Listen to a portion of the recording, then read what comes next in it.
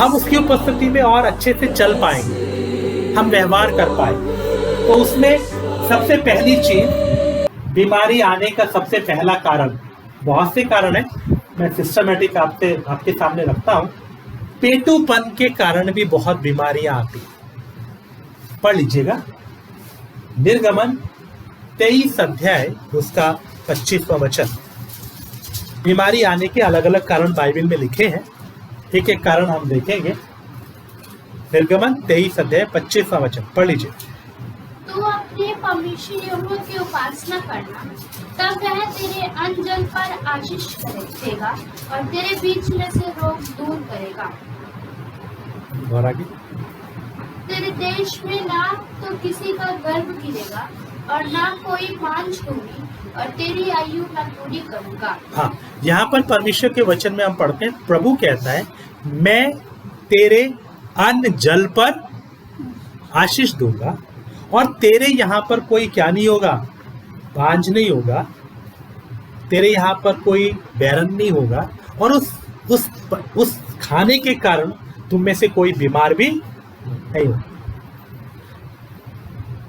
लेकिन हम देखते हैं जब इनको परमेश्वर ने बटेरे दी, वो बटेरे इनके मुंह में ही थी कि इनके बीच में परमेश्वर दंड दिया और आग भड़क उठी।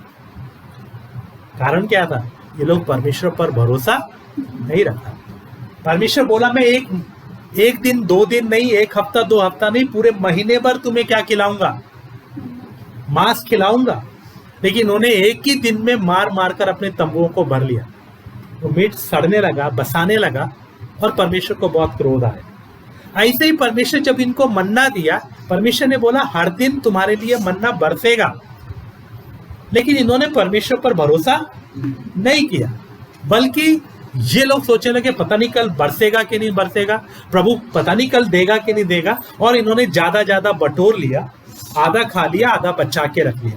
और परमेश्वर ने कहा था बचा कर नहीं रखना, और जो उन्होंने बचा कर रखा, रात में उसमें क्या पड़ गए, कीड़े पड़ गए। और आप जानते हैं ये पेटूपन, और नीति वचन की पुस्तक में हम पढ़ते हैं, शबोपदेशक की पुस्तक में पढ़ते हैं, वहां पर भी लिखा है पेटूपन अपने आप में एक पाप है।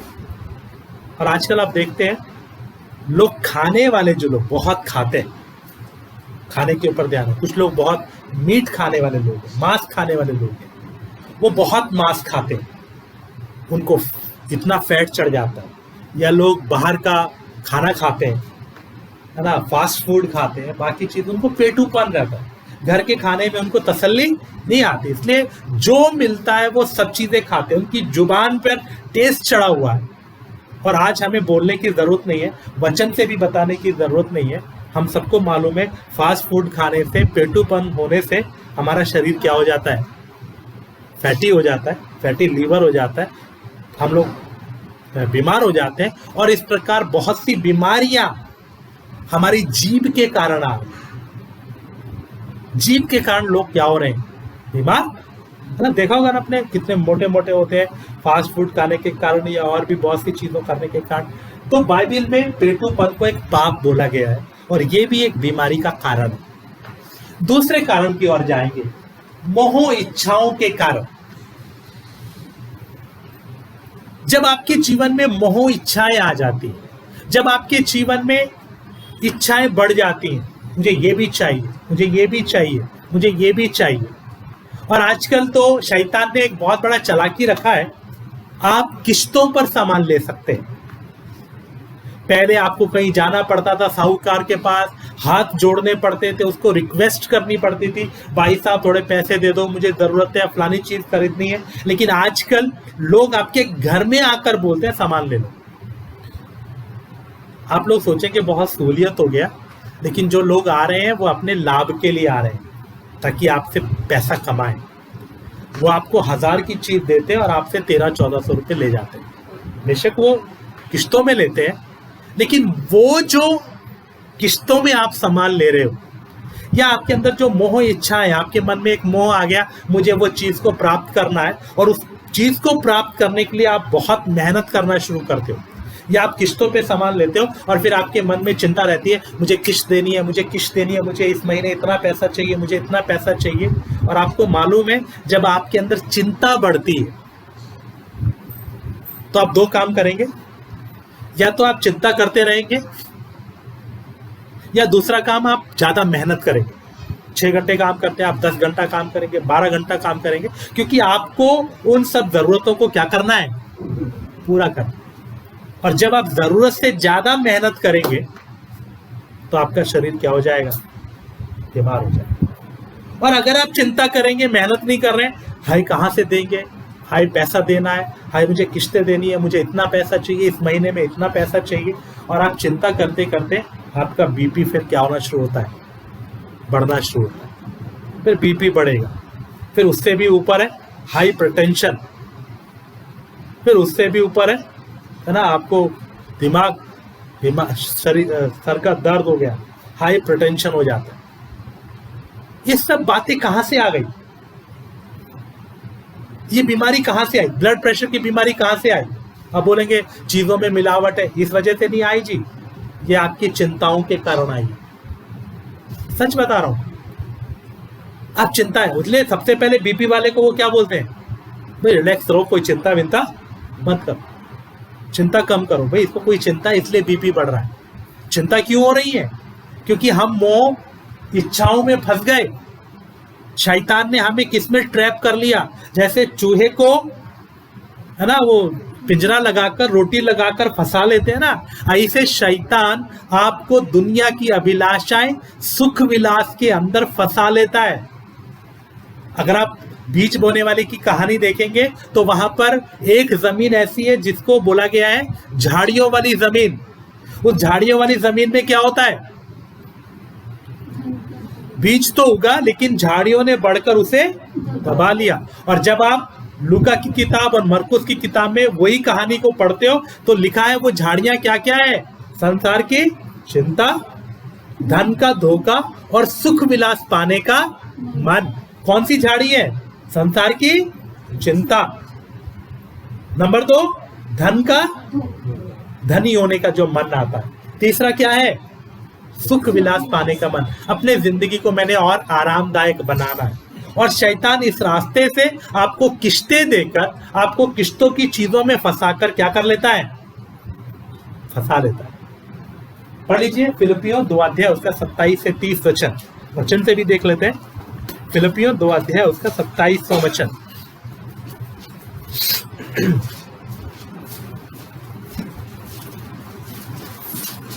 फिलिपियों की पत्री 2 अध्याय उसका 27 से 30।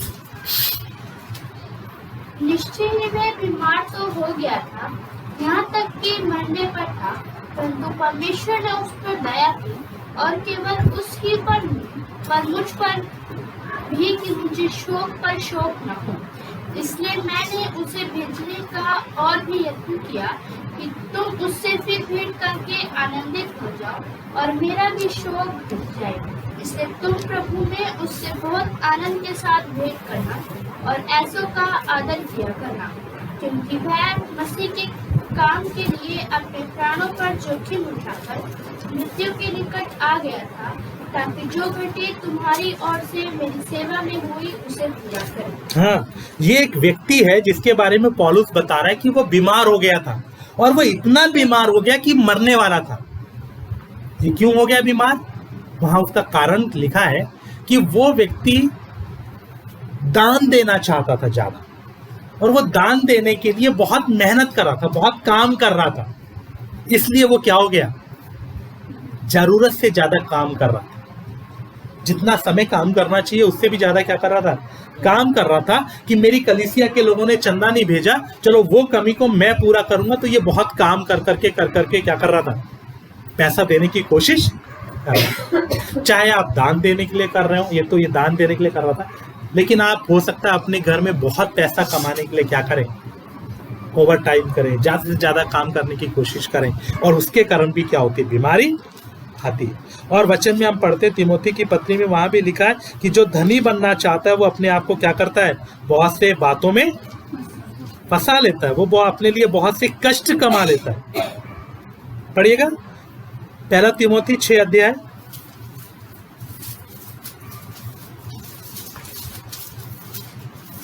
7 वचन से पढ़िए, 6 अध्याय का 7 वचन से। क्योंकि ना हम जगत के कुछ लाए हैं और ना कुछ ले जा सकते। ना तो हम कुछ लाए हैं ना कुछ ले जा सकते हैं। हाँ जी। यदि हमारे पास खाने और पहनने को हो तो इन्हीं पर संतोष करना चाहिए। पर जो धनी होना चाहते हैं वे ऐसी परीक्षा और फंदे और बहुत सी व्यर्थ और हानिकारक लालसाओं में फंसते हैं जो मनुष्य को बिगाड़ देती है और विनाश के समुद्र में डुबो देती है।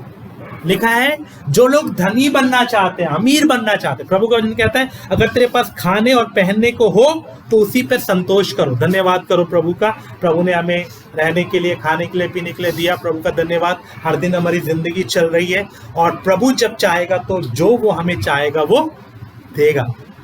कहता है जो धनी होना चाहते हैं वो अलग अलग प्रकार की परीक्षा, फंदे और बहुत सी व्यर्थ और हानिकारक लालसाओं में फंस जाते हैं। और जब उन लालसाओं में फंस जाते हैं तब चिंता आती है। जब उन लालसाओं में फंस जाते हैं तो सुख विलास की बातों में फंस जाते हैं और उसके कारण उनको ब्लड प्रेशर, हाई हाइपरटेंशन और फिर अलग अलग प्रकार की बीमारियां चिंता के कारण और ब्लड प्रेशर के कारण बढ़ती हैं। फिर उनके जीवन में और बहुत सी बातें आ जाती हैं। इसलिए मोह इच्छाओं को त्यागना है। जो इच्छाएं, जो अभिलाषाएं हमें बीमारी की तरफ लेकर जाती हैं वो परमेश्वर की तरफ से नहीं। इसका मतलब है शैतान आपको फंसा लिया। चाहे वो कोई भी इच्छा हो, कोई व्यक्ति की इच्छा हो, कोई पैसे की इच्छा हो, कोई सुख विलास की इच्छा हो, कोई भी इच्छा अगर आपको बीमारी की तरफ लेकर जाती है इसका मतलब है वो शैतान का एक ट्रैप है। जैसे चूहे को हम फंसाते हैं ऐसे ही शैतान आपको फंसा रहा है। ऐसे में आपको प्रार्थना करना, क्योंकि परमेश्वर की ओर से जो होता है, चाहे वो व्यक्ति हो, प्रेम हो, चाहे वो दुनिया की कोई चीज हो, वो आपके अंदर शांति और आनंद लेकर आती है। लेकिन जो शैतान की ओर से वो आपको ट्रैप करके खींच लेता और फिर बीमारियों में फंसाता है। मैं इसी तरह अपने जीवन में देखता हूँ हर चीज को। कौन सी चीज मेरी शांति को भंग कर रही है, कौन सी चीज मेरे आनंद को भंग कर रहा है, कौन सी चीज है, कौन सी अभिलाषा जिसके पीछे मैं पड़ा हूं और मैं परमेश्वर के पीछे नहीं चल पा रहा। मैं प्रार्थना करता हूं तो वो चीजें मुझे याद आती है। इसका मतलब है वो शैतान की तरफ से है ना। आपके जीवन में भी है, आप प्रार्थना करने बैठते हैं, आप बाइबल पढ़ने बैठते हैं और आपको चिंताएं आके घेर लेती है। इसका मतलब है वो आपके लिए क्या है, आत्मिक जीवन के लिए रुकावट है। वो यही कह रहा है विनाश के समुद्र में डुबो देती है। और कितनों का विश्वास रूपी जहाज डूब गया, उन्होंने विश्वास ही छोड़ दिया। तो ये एक दूसरा कारण है, मोह इच्छाओं में हम फंस जाते हैं, सुख विलास में फंस जाते हैं। हम और ज्यादा पैसा कमाना चाहते हैं या हम और ज्यादा हमारे जीवन में इच्छा रहती है कि मुझे ये भी आरामदायक जिंदगी मिले, ये भी आरामदायक जिंदगी मिले, ये भी आरामदायक जिंदगी मिल जाए और हम उनमें फंस जाते हैं। इसका मतलब ये नहीं है कि आरामदायक जिंदगी में हम ना जाए। अगर आपके पास परमेश्वर ने पैसा दिया है, फैसिलिटी दिया और बोलता है जाओ ये काम कर लो, अब करो, लेकिन आपके पास कुछ भी नहीं है, आप उधार लेकर, आप किश्तों पर लेकर या बाकी चीजें करके आप कर रहे हो, इसका मतलब क्या है, आप इसमें फंस गए। शैतान की एक चालाकी। हो सकता है आप आराम से किश्तें उतार दो, वेरी गुड, बहुत अच्छी बात है, लेकिन अगर उसके कारण आपकी चिंता बढ़ती है, अगर आपकी तकलीफ बढ़ती है, आपके शरीर बीमारी में पड़ चला जाता है, इसका मतलब वो क्या था, शैतान की एक, तो इसके कारण भी बीमारी। तीसरा, जो लोग डर में जीते हैं, भय में जीते हैं, जो लोग क्रोध में जीते हैं, क्रोध करने वाले लोग, जलन करने वाले लोग, दाह करने वाले लोग, ये लोग भी हमेशा बीमार रहते हैं। जलन का वचन कहता है जलन के कारण तो हड्डियां भी क्या होती हैं, गल जाती हैं। जो व्यक्ति जलन रखने वाला है वो कभी तंदुरुस्त नहीं रहता। जो व्यक्ति क्रोधी स्वभाव का है, जिसको जल्दी क्रोध आता है, गुस्सा करना गलत नहीं, आपको, हमारा स्वभाव है, अचानक से किसी ने कुछ किया, हमने गुस्सा किया, लेकिन वो थोड़ी देर के बाद खत्म हो जाता है। लेकिन जो क्रोध करता है, जो उस गुस्से को अंदर पाल लेता है, इसलिए लिखा है तुम्हारा गुस्सा सूरज ढलने तक नहीं रहता। अगर सूरज ढलने के बाद भी आपके अंदर गुस्सा रह गया, क्रोध रह गया, तो वो क्या बन जाता है, क्रोध बन जाता है। और आप फिर अच्छे से घर से खाना वाना खाकर निकले, आप बड़े आनंदित हो, जिस व्यक्ति से क्रोध है उसको देखते ही आपका पारा चढ़ जाएगा। घर से बड़ा अच्छा मूड था, बड़े अच्छे खुशी खुशी निकले, लेकिन जैसे ही वो सामने आदमी मिला जिससे आपको क्रोध है या जिससे आपको डा है, उसको देखते ही क्या हो गया, मूड सारा ऑफ हो गया। फिर आप बोलते ये कहाँ आ गया, मेरा इतना अच्छा मूड था, खराब हो गया। वो उस आदमी की गलती नहीं है, गलती किसकी है? आपके अंदर क्या है? क्रोध, जलन और डाह पड़ी हुई है। वो आदमी सामने आने से मूड खराब नहीं हुआ, बल्कि आपके अंदर क्रोध है, डाह है, जलन है, उसने आपके मूड को क्या कर दिया? खराब कर दिया। तो जो लोग क्रोध स्वभाव के हैं, भय या जलन और डाह में रहते हैं, वो लोग कभी तंदुरुस्त नहीं रहते, उनके अंदर बीमारी रहती है। पढ़ लीजिएगा अय्यूब उसका 5 अध्याय उसका 2 वचन। जॉब चैप्टर 5 वर्स 2, अय्यूब की किताब 5 अध्याय उसका 2 वचन। जल्दी जल्दी पढ़िए, हमें ये 3-4 बातें पूरी करनी है।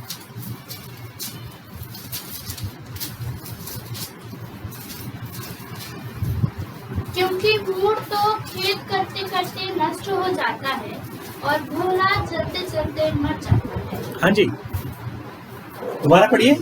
क्योंकि मूड तो खेद करते करते नष्ट हो जाता है, भोला जलते जलते मर जाता है। जलते जलते, जलन के साथ। जलन क्या होती है? जलन चीज क्या है? किसी दूसरे के पास कोई चीज है, उसको देख देख के जलना।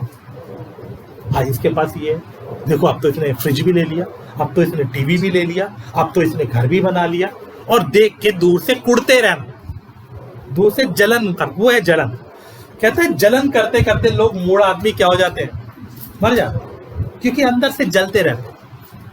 खाना खाएंगे उनको लगेगा, दूसरों को देख देख के कुड़ते रहते हैं, या जिसके प्रति गुस्सा है, जिसके प्रति जलन है, मन में डा है, उसको देख देख के मन में कुड़ते रहते हैं, मैं इसको क्या कर दूं, मैं इसको क्या कर दूं, मैं इसको क्या कर दूं।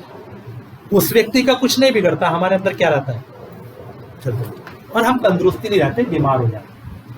बाइबल के चौथा, प्रभु बोझ, जिसको अशाय रबानी हम बोलते हैं, होली कम्युनियन बोलते हैं, अगर कोई गलत रीति से लेता है, उसके कारण भी बहुत से लोग बीमार हो जाते हैं। पढ़िएगा पहला कुरिन्थियों 11 अध्याय 29 से 30। जिस उद्देश्य के लिए प्रभु बोझ लेना चाहिए, जिस उद्देश्य से प्रभु बोझ करना चाहिए, अगर मैं उसकी सच्चाई को समझकर या पवित्रता के साथ नहीं ले रहा हूं, समझकर नहीं ले रहा हूं, तो मैं बीमार हो जाऊंगा। पढ़िएगा पहला कुरिन्थियों 11 अध्याय उसका 29 से 30 वचन। क्योंकि जो खाते पीते समय प्रभु की देह को ना पहचाने, वह इस खाने और पीने से अपने ऊपर दंड लाता है। इसी कारण तुम में से बहुत से निर्बल है, रोगी है और बहुत से सो भी गए। बहुत से लोग सो भी गए, मतलब मर भी गए। प्रभु बोझ लेते समय अगर मैं ना पहचानूं मैं क्या कर रहा हूं, प्रभु बोझ प्रसाद नहीं है। प्रभु बोझ आम खाना नहीं है कि चलो हाथ बढ़ाया, रोटी ले ली, दाखरस पी लिया, ऐसा नहीं है। अगर मैं सोच समझ कर ना लूं मैं क्या ले रहा हूं, मैं क्यों ले रहा हूं, अगर ये बात मुझे मालूम नहीं है, अगर मैं कलीसियाई विधियों को नहीं जानता हूं, तो प्रभु का वचन कहता है बहुत से लोग तुम में निर्बल हैं, बहुत से लोग रोगी हैं, और बहुत से लोग क्या भी हो गए, मर भी। तो प्रभु बोझ गलत तरीके से लेने से भी क्या होती है, बीमारियां होती। तो ये अलग अलग कारण है। तो हमारे जीवन में जब ये घटनाएं घटती है, तो हमने देखना है मेरे जीवन में जो बीमारी है वो किस कारण है, और उस काम को आप ठीक कर लो, आपकी बीमारी अपने आप क्या हो जाएगी, तंदुरुस्त हो जाएगी, क्योंकि हमारा प्रभु क्या है, चंगा करने वाला। दूसरा, परमेश्वर आपके विश्वास को परखने के लिए भी आपके जीवन में बीमारी लेकर आएगा। आपको परखेगा परमेश्वर, क्या ये मुझ पर विश्वास करता है। मैंने बताया हमारा परमेश्वर क्या है, परखने वाला। पढ़िएगा पहला पत्रस पहला अध्याय उसका 7 वचन से पढ़ लीजिए। 1 Peter chapter 1 verse 7 to verse on। पहला पत्रस पहला अध्याय 7 वचन से पढ़िएगा। और यह इसलिए है कि तुम्हारा परखा हुआ 6 से पढ़िएगा। इस कारण तुम मगन होते हो, यद्यपि अवश्य की अभी कुछ दिन के लिए नाना प्रकार की परीक्षाओं के कारण, नाना प्रकार की परीक्षा, परीक्षा मतलब परख, नाना प्रकार की परख के कारण दुख में हो। और यह इसलिए है हाँ, परमेश्वर परख रहा है नाना प्रकार के कष्टों के द्वारा। हो सकता है आपको भूखा रखे, आपके घर में राशन खत्म हो जाए, हो सकता है आपके पर्स में पैसा खत्म हो जाए, हो सकता है आपके कनस्तर में आटा ना हो सकता है आपके शरीर में कोई बीमारी आए, हो सकता है कोई तंगी की बात आ जाए, हो सकता है कुछ भी हो सकता है। ये कष्ट प्रभु क्यों दे रहा है? पढ़िएगा दोबारा से वो वचन से पढ़ लो, 6 वचन से पूरा पढ़ लीजिए। इस कारण तुम मगन होते हो। जब ये भूखे होते हो, जब परीक्षा कष्ट में आते हो, जब पैसे की तंगी है, तब तुम क्या होना चाहिए? मगन होना चाहिए, खुश होना चाहिए। जी, यद्यपि अवश्य है कि अभी कुछ दिन के लिए हाँ, नाना प्रकार की परीक्षाओं के कारण दुख में हो। नाना प्रकार की परीक्षाओं के कारण दुख में हो। और यह इसलिए है। वो बीमारी क्यों है, वो भूख क्यों है, वो तकलीफ क्यों है? इसलिए है कि तुम्हारा परखा हुआ विश्वास, हाँ, जो आग से ताए हुए नाशवान सोने से भी कहीं अधिक बहुमूल्य है, यीशु मसीह के प्रकट होने पर प्रशंसा और महिमा और आदर का कारण है। तो परमेश्वर आपके विश्वास को परखेगा।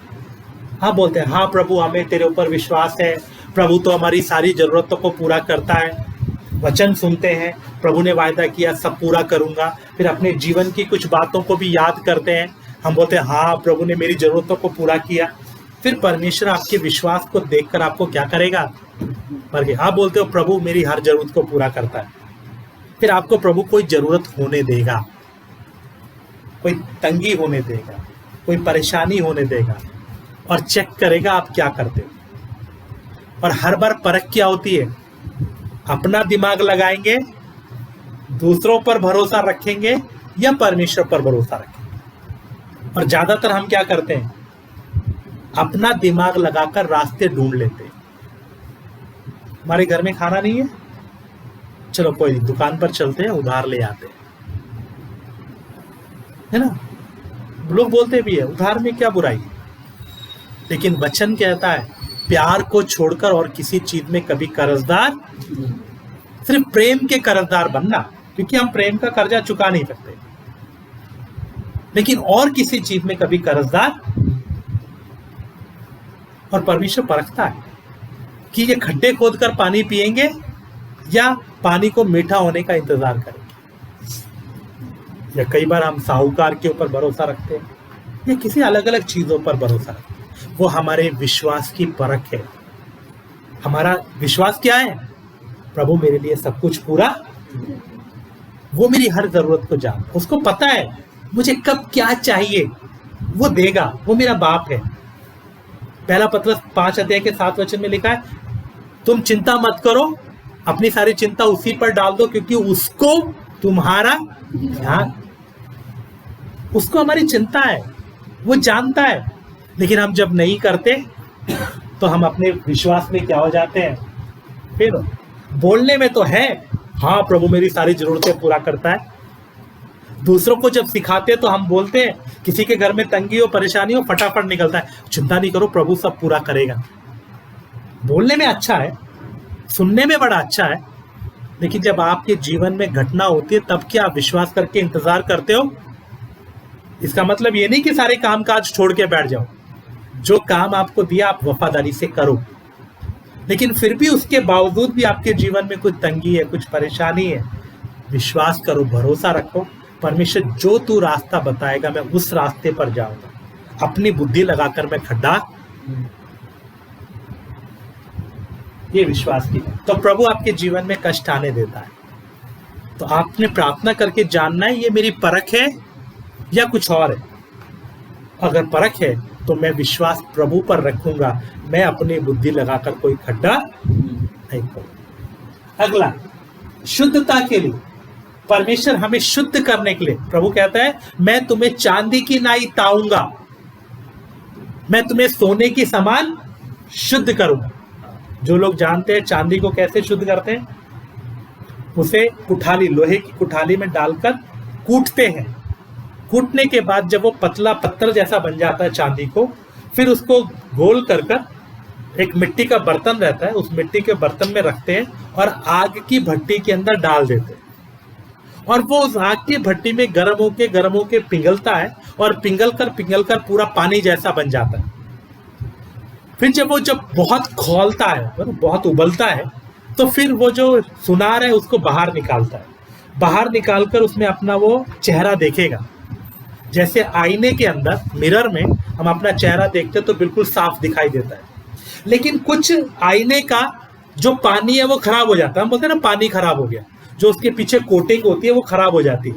जब आप उसमें चेहरा देखते हो तो काला काला दिखता है। अगर चांदी शुद्ध नहीं है तो वैसा ही काला काला दिखाई देगा, लेकिन अगर चांदी बिल्कुल प्योर हो गई तो उस उबलते हुए चांदी में वो चेहरा देखते समय में बिल्कुल आईना, जो बिल्कुल साफ आईना है, उसमें हम देखते हैं वैसा दिखाई देता है। चांदी को शुद्ध करने का तरीका यही है। और परमेश्वर कहता है मैं तुम्हें चांदी की नई ताऊंगा। और सुनार से हमने एक बार पूछा कि चांदी को आप शुद्ध करते हैं तो क्या करना पड़ता है, तो उसने बताया, ये सब प्रोसेस बताया। और मैंने पूछा अच्छा कितनी बार ये करना पड़ता है, एक बार में हो जाता है? बोलता नहीं, कम से कम 7-8 बार मिनिमम उसको यही कुठाली में डाल, उसको गर्म को फिर ठंडा करते हैं, फिर ठंडा करके उसको कूटते हैं, फिर दोबारा मिट्टी के बर्तन में डालकर फिर दोबारा आग में रखते हैं। ऐसा कम से कम 6-7 बार करने से ही वो चांदी पूरी रीति से क्या होती है, शुद्ध होती है। अब हमारा परमेश्वर भी हमें शुद्ध करना चाहता है, क्योंकि वो कैसी कलीसिया लेने आ रहा है? पवित्र, निर्दोष और निष्कलंक। अगर उर्दू में बोलेंगे तो बेदाग, बेऐब, बेझुर्री। लेकिन हमारे जीवन में तो बहुत सी कमियां हैं। अब प्रभु भी हमें क्या करता है? बीच बीच में कष्ट में डालता है, बीमारी में, तकलीफों में डालता है, ताकि हम क्या हो जाएं? शुद्ध हो जाए। और उसके लिए ये सारे वचन है। फिलिप्पियों 1:4, दूसरा पत्रस 1:4, पहला पत्रस 4:12 और 13 पढ़ लीजिएगा। पहला पत्रस 4:12 और 13 वचन। हम सब वचन नहीं पढ़ेंगे क्योंकि समय हमारे पास कम है। पहला पत्रस 4 अध्याय, उसका 12 और 13 वचन जल्दी से पढ़ लीजिए। हे प्रियो, जो दुख रूपी अग्नि तुम्हारे परखने के लिए तुम्हें भड़की है, इससे यह समझकर अचंभा ना करो कि दुख रूपी अग्नि, कष्ट रूपी अग्नि जो तुम्हारे जीवन में परखने के लिए भड़की है, उससे अचंभा ना करो। और आगे, कि कोई अनोखी बात तुम पर बीत रही, कोई अनोखी बात नहीं बीत रही है, पर जैसे जैसे मसीह के दुखों में सहभागी होते हो, आनंद करो, जिससे उसकी महिमा के प्रकट होते समय भी तुम आनंदित और रोमियो 8:17 भी पढ़ लीजिए। तो प्रभु का वचन कहता है, जब दुख रूपी अग्नि तुम्हारे परखने के लिए आती है, तुम्हें शुद्ध करने के लिए आती है, तुम्हें, है ना, सोने को भी हम जब आग में डालते हैं तो वो भी क्या होता जाता है? शुद्ध होता जाता है, उसका खोट जल जाता है, खत्म हो जाता है। ठीक इस रीति से हमारे जीवन में परमेश्वर कष्ट में डालकर, दुख में, बीमारियों में डालकर हमें क्या करता है? शुद्ध करता है। आपके जीवन में बीमारी और कष्ट आते हैं, इनमें से किसी एक कारण से आएंगे, और अभी तक जो हमने कारण देखे उनमें से एक भी हमारे नुकसान के लिए नहीं है। सब किसके लिए है? फायदे के लिए। तो शुद्धता के लिए पड़ेगा। और यदि संतान है तो वारिस भी, वरन परमेश्वर के वारिस हैं और मसीह के संगी वारिस हैं, कि जब हम उसके साथ दुख उठाएं तो उसके साथ महिमा पाएं। जैसे चांदी को आग में डालते हैं तो वो शुद्ध होती जाती है, सोने को आग में डालेंगे तो वो और शुद्ध हो जाएगा, और जितना शुद्ध होगा उतना उसकी कीमत बढ़ती है। खोट वाला हम लेंगे? कभी नहीं। खोट वाला सोना होगा तो क्या होगा? वो सस्ता होता है। मान लो आप कोई सामान बेचने के लिए गए, उसने उसको चेक किया तो बोलेगा नहीं जी ये तो खोट वाला है, तो इतना रेट का नहीं लगेगा। लेकिन आग में डालकर शुद्ध किया होगा, खोट सारा निकला होगा, तो उसकी कीमत क्या हो जाती है? बढ़ जाती है। वही प्रभु का वचन कहता है, यदि दुख उठाओगे तो महिमा भी पाओ। कौन सा दुख? जो आपको शुद्ध करने वाला है। जब परीक्षा आती है, जब कष्ट आता है, जब दिक्कतें आती है, उस समय आपको वो क्या करता है? शुद्ध करता है। हो सकता है आपके जीवन में कोई कमी हो, प्रभु उसको निकालना चाहता है, और जैसे जैसे वो निकलती जाएंगी आपकी कीमत परमेश्वर की दृष्टि में बढ़ती। बहुत बार परमेश्वर क्या करता है? आपको चांदी की नाई उबालता है और फिर निकाल कर देखता है, क्या मेरा चेहरा इसमें साफ दिखाई दे रहा है? क्योंकि वो क्या चाहता है? हमारा जीवन किसके जैसा हो जाए? भविष्य के जैसा। अब मेरे अंदर गुस्सा है, जलन है, नफरत है, डाह है, गालियां देना है, प्रभु दुख बीमारी लाएगा। और बीमारी जब ठीक नहीं होती, आप लोग दवाई भी खाते हैं, बहुत कुछ करते हैं, नहीं ठीक होता, तो समझ लो वो क्या है, शुद्ध करने के लिए। जब तक आप शुद्ध नहीं होंगे वो छोड़ेगा नहीं। फिर हम क्या करते हैं, ओ प्रभु मेरी गलतियों को माफ कर। फिर हम प्रभु के दासों को बुलाते हैं, प्रार्थना करते हैं कि आप हमारे लिए प्रार्थना करो, हमारी गलती को प्रभु क्या करें, माफ करें। और आपको याद आता है, रियलाइज आता है कि आपने जीवन में वो गलतियां किया, और आप अपने आप उन गलतियों को मानना शुरू कर देते हो, आप उनको छोड़ना शुरू कर देते हो, आप शुद्ध हो जाते हैं। तो ऐसे भी परमेश्वर क्या करता है, आपको शुद्ध करता है। अगला है ताड़ना, पढ़िएगा इब्रानियों 12 अध्याय उसका 5 वचन थे। मैं बहुत स्पीड में भाग रहा हूं, बहुत वचन और भी है, आपको बता सकते हैं, लेकिन क्योंकि समय थोड़ा है, मुझे खत्म करना है, इसलिए मैं जल्दी जल्दी भाग रहा हूं। ताड़ना के बारे में पढ़ेगा इब्रानियों 12 अध्याय 5 वचन से लेकर 9 वचन तक। और तुम उस उपदेश को जो तुमको पुत्रों के समान दिया जाता है भूल गए हो। हे मेरे पुत्र, प्रभु की ताड़ना को हल्की बात ना जान, और जब वह तुझे भुड़के तो साहस ना छोड़, क्योंकि प्रभु जिससे प्रेम करता है उसकी ताड़ना भी करता है, और जिससे पुत्र बना लेता है उसको कोड़े भी लगाता है। जिनको परमेश्वर बेटा बनाता है उनको क्या भी करता है, कोड़े भी लगाता है, उनको डंडे भी लगाता है ना। हम क्या बोलते हैं, जब डंडे पड़ते तो हम क्या बोलते हैं, कौन मार रहा है, शैतान मार। तकलीफ आती तो किसके पीछे पड़ जाते हैं, शैतान के। हम क्या बोलते हैं, प्रभु हम तो तेरी संतान है, फिर मेरे जीवन में ये कष्ट क्यों आ रहा है। हाँ भाई, तू संतान है इसीलिए कष्ट आ रहा है, क्योंकि तेरे को डंडे मारकर क्या कर रहा है वो। जब मैं ये वचन बताता हूं तो मैं अक्सर अपनी माँ का उदाहरण देता हूं कि मेरी माँ मुझे बचपन में बहुत मारती थी। बिस्तर पर तकिया ठीक से नहीं रख दिया, चादर सही जगह नहीं रखी, कोई सामान सही जगह नहीं रखा, तो मारती थी। और वो मार के कारण हम लोग क्या करते थे, डिसिप्लिन में चलते थे। बहुत सी चीजें वो मार के कारण हमने सीखी। लोगों के बीच में कैसे बैठना उठना है, पढ़े लिखे लोगों के बीच में कैसे बैठना उठना है, अमीर लोगों के बीच में कैसे बैठना उठना, वो मेरी माँ ने मुझे मार मार के सिखाया। कुछ कमियां थी, कुछ गलतियां थी, निकल गई। ठीक ऐसे परमेश्वर भी हमें क्या करता है, मारता है। जब हम बिगड़ जाते हैं, जब हम उल्टा सीधा करते हैं ना, हाँ हर बाप है ना, क्यों गप्पू जी, जब कुछ गलती करते हैं तो बाप क्या करता है, क्यों पड़ोसी के बच्चों को नहीं मारते। अगर वो कुछ गलती कर रहे होंगे तो हम उनको मारेंगे, ज्यादा से ज्यादा उसके माँ बाप को बोलेंगे भाई देख लो तुम्हारा बच्चा गलत कर रहा है, लेकिन अपने बच्चे को क्या करते हैं, मारते हैं। क्यों, ये मेरा बच्चा है, ये सुधरना चाहिए, है ना जोशो जी, सुधरना चाहिए, ये गलत रास्ते पे नहीं जाना चाहिए, मेरा बच्चा सही रास्ते पर जाना। और हम अपने बच्चों को मारते हैं, सुधारने का प्रयास करते हैं। कई बार हम स्कूल में जाके टीचर्स को बोलते हैं जी मारो पीटो कुछ भी करो, बस पढ़ा दो, क्योंकि हम चाहते हैं वो अच्छे बने।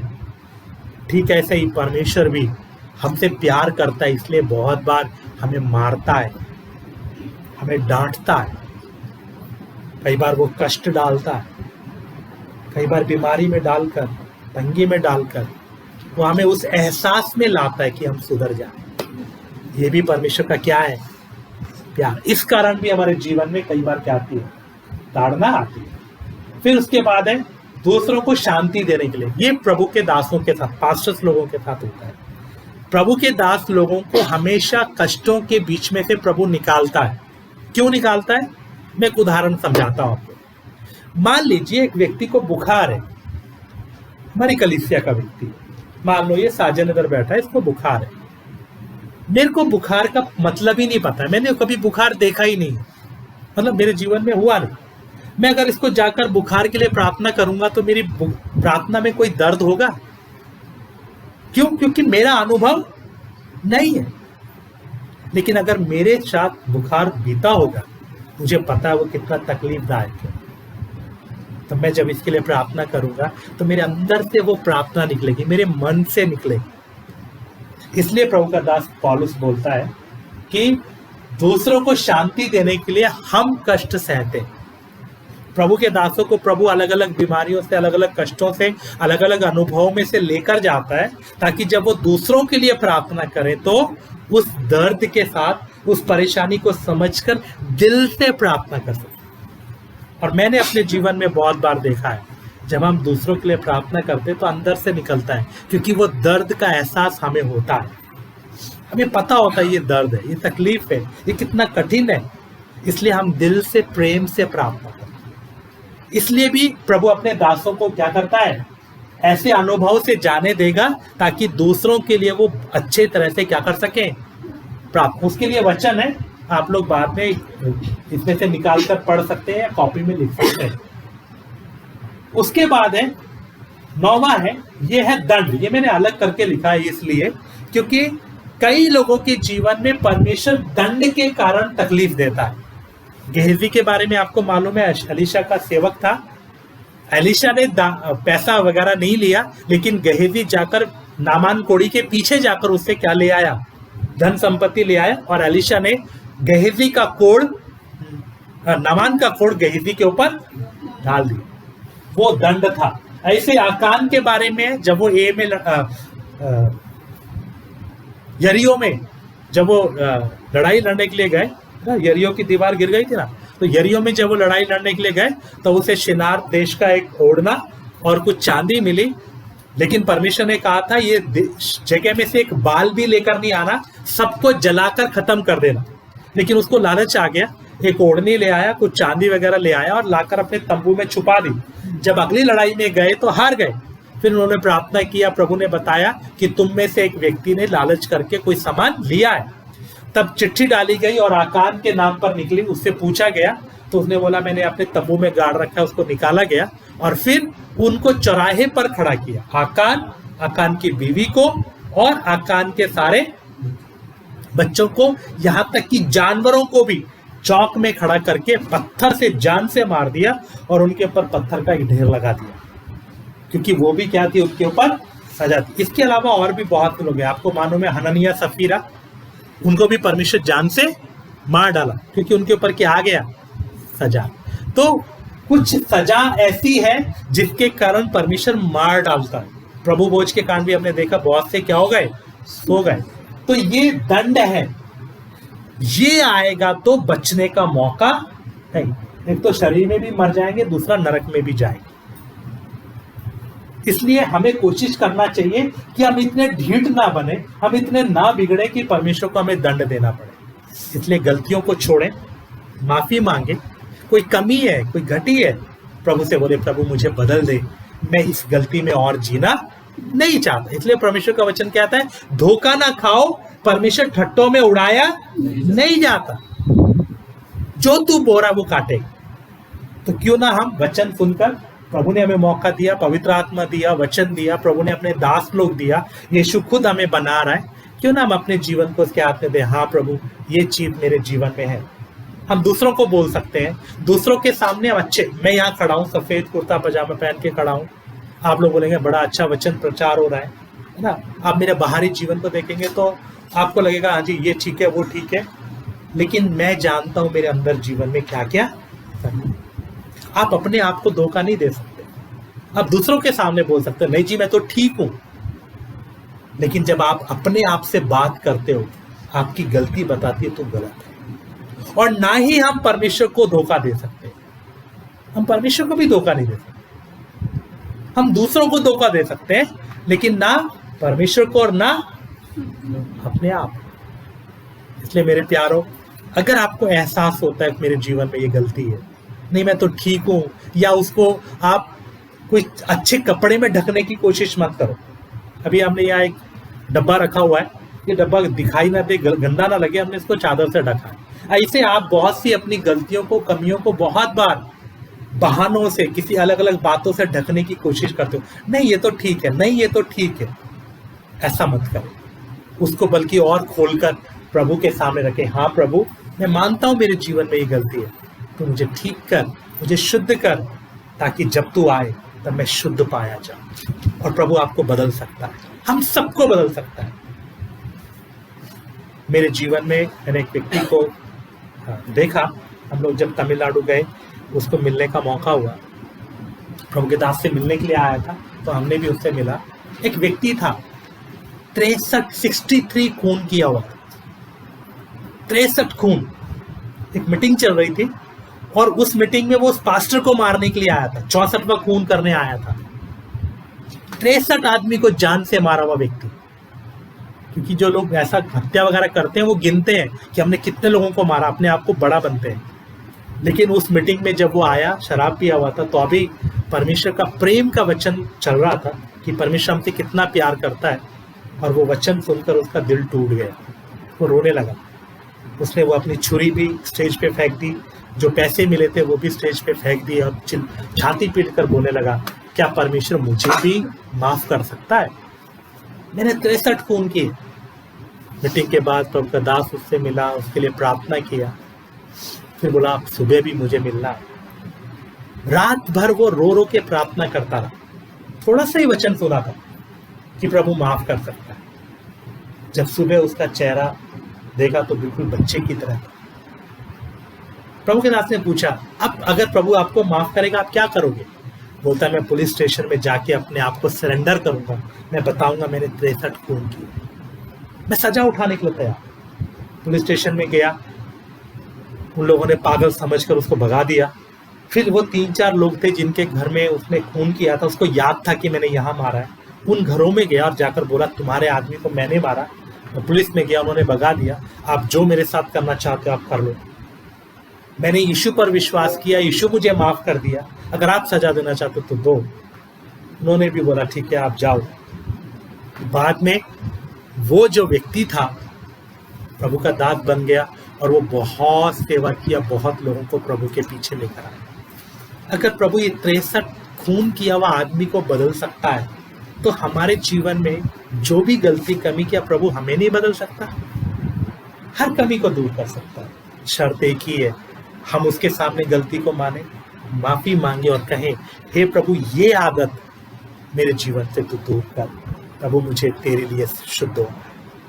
और इसीलिए परमेश्वर हमें ताड़ना करता है, इसीलिए प्रभु हमें परख में डालता है, ताकि हम रियलाइज करें, ताकि हम उस एहसास में आए, हमें मालूम हो कि इस कारण हमारे जीवन में गलती हो। और आप उनको दूर करेंगे तो यहोवा खुद ब खुद आपको चंगा करेगा। आपको किसी खड्डे खोदने की जरूरत, आपको किसी के पास जाने की जरूरत। यहां लिखी हुई जितने भी बातें, इनमें से एक भी शैतान की तरफ से नहीं। हाँ, ये ट्रैप में फंसाता है तो भी शैतान नहीं कर रहा, बल्कि आप खुद फंस रहे हो। उन्होंने रोटी लगाई पिंजरे में, आपकी मर्जी, आप अपनी इच्छाओं के कारण पिंजरे में फंसे, शैतान नहीं फंसा है। तो इसमें से एक भी शैतान की तरफ से नहीं है, सब परमेश्वर की तरफ से। और प्रभु हमें खोलकर सिखाता है ताकि हम इन बातों से निकल जाए। तब कहता है मैं तुम्हारा चंगा करने वाला, वो हमें चंगा करने के लिए तैयार। और आखिरी बात, ये वचन से नहीं है, ये वचन से बाहर का है। बहुत से लोग अपनी बेवकूफी के कारण बीमार होते हैं। लोग अपनी साफ सफाई नहीं करते, कई दिन नहाते नहीं है, कपड़े नहीं बदलते, या अपने घर में रहते हैं, वहां बहुत सीलन है, घर में सफाई नहीं करते, बस काम किया सो गए, लेट गए। ऐसे लोग भी बहुत बीमार होते हैं। तो अपने घर में थोड़ा स्वच्छता रखें तो आप बीमार नहीं होंगे। कुछ लोग बेवकूफ़ी के कारण, बहुत लोग आपने देखा बाइक चला रहे हैं, हाथ छोड़ के चला रहे हैं, अपनी बेवकूफ़ी के कारण एक्सीडेंट हो गया, फिर बोलते हैं शैतान ने कर दिया। वो शैतान वैतान नहीं किया, परमेश्वर भी नहीं किया, बेवकूफ़ी का। कुछ लोग गाड़ी के स्टंट करते हैं, साइकिल के स्टंट करते हैं, या आप छत पे चढ़कर दिखाने के लिए कूद गए, आपको चोट लग गया, वो आपकी बेवकूफ़ी के कारण। तो ये भी एक कारण हो सकता है। लेकिन बाकी जो कारण है वो सब परमेश्वर की तरफ से, एक भी शैतान की तरफ से नहीं। और प्रभु वो क्यों दिया? रोमियो 8:28 में कहता है हमारे जीवन में जो कुछ भी होता है हमारे लाभ के लिए होता है। शायद परमेश्वर आपको सुधारना चाहता है, शायद परमेश्वर आपको मोह इच्छाओं से बाहर निकालना चाहता है, आपके अंदर भय क्रोध जलन डहा है, शायद प्रभु चाहता है आप उसको छोड़कर शुद्ध हो जाए। प्रभु बोझ के कारण आपके जीवन में कोई बीमारी आती है तो आप उस एहसास में आना है कि कहीं मैंने प्रभु बोझ गलत रीति से तो नहीं लिया, फिर उसको ठीक करना। विश्वास की परख है तो जितना विश्वास की परख होगा उतना आपका बहुमूल्य विश्वास आपको मिलेगा, जो नाशवान सोने से भी कहीं अधिक क्या है, कीमती है। वो आपके अंदर जितना होगा उतनी महिमा आपको स्वर्ग में जाकर मिलेगी। शुद्धता के कारण होगा। अगर आपके जीवन में कोई बीमारी आ रही, शायद प्रभु आपके जीवन से कोई पाप को, कोई गलती को दूर करना चाहता है, अगर आप उसको उठाओगे, प्रभु से प्रार्थना करोगे, मालूम करोगे, तो वो चीज दूर हो जाएगी और आप पवित्र होते जाओगे और आप प्रभु के योग्य बनोगे, ताकि जब वो आए आप उसके साथ जा सके। तो ये सारे कारण है बाइबल में, इसके अलावा कोई कारण नहीं। इसलिए जब हम ये कारण सीख लेते हैं तो हमारी प्रार्थना बदल जाती है। फिर बीमारी आते समय हम यीशु के लहू की जय बोलकर शैतान के पीछे नहीं पड़ते। फिर हम ये नहीं बोलते प्रभु शैतान ये लाया शैतान, बल्कि हम क्या बोलते हैं, प्रभु तू मेरे जीवन में क्यों कर रहा है, तू मुझे क्या सिखाना चाहता है, क्या तू मुझे परख रहा है, क्या तू मुझे ताड़ना कर रहा है, क्या तू मुझे सुधार रहा है। प्रभु तू जो करना चाहता है कर, और मुझे कृपा दे कि मैं तेरे सामने सीधा हो जाऊं। और जब आप सीधे हो जाओगे, वो 4 शर्तों को पूरा करोगे, प्रभु क्या कर देगा, आपको तुरंत चंगा कर देगा। आपको किसी चीज की कोई जरूरत नहीं। मैं विश्वास करता हूं आपको कुछ बातें समझ में आई। अभी ये विषय खत्म नहीं हुआ, अगले संडे ये और कंटिन्यू चलेगा। तो आइए हम अपनी आंखों को बंद करें, प्रार्थना करें।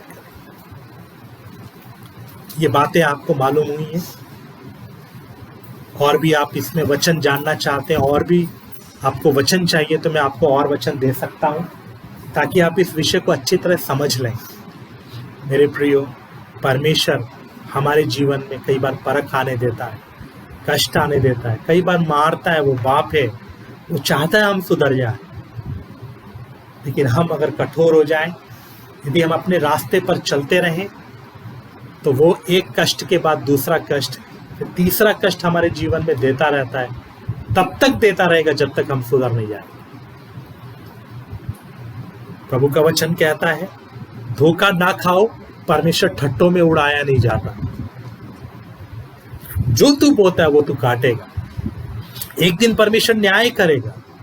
मेरे प्यारो, अगर आपके जीवन में कुछ बातें हैं, हो सकता है वो आपको अच्छी लगती हो, लेकिन परमेश्वर के वचन के विरुद्ध है, तो आप छोड़ दीजिए। अगर आपके अंदर किसी के लिए गुस्सा है, जलन है, नफरत है, आप प्रभु से बोले, प्रभु मेरे अंदर से गंदगी को निकाल दे, प्रभु मुझे प्रेम करने वाला बना, प्रभु मुझे अपने समान बना। ये गंदगी को, ये पाप को, ये कीचड़ को लेकर मैं कैसे स्वर्ग में जाऊंगा, तो मुझे शुद्ध कर। व्यभिचार की बात है, कोई और गंदी बात है, आप मोह और इच्छाओं में फंस गए, अगर किसी को पेटूपन की आदत है, बहुत खाने की आदत है, प्रभु से बोले, प्रभु मुझे छुड़ा दे।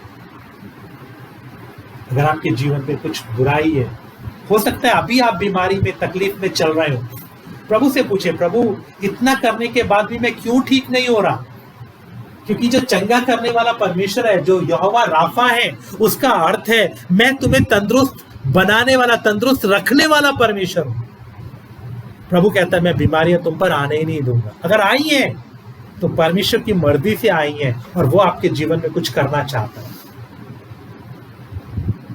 प्रभु से प्रार्थना करें, प्रभु ये कष्ट आया है, ये बीमारी आई, तकलीफ आई, ये घर में तंगी आई है, तू मुझे क्या बनाना चाहता है, तू मुझे क्या सुधारना चाहता है, मुझे बता प्रभु, ताकि मैं उस चीज को ठीक करूं, ताकि मैं सुधर जाऊं, ताकि मैं शुद्ध हो जाऊं, ताकि मैं अपनी बुराई को छोड़ सकूं।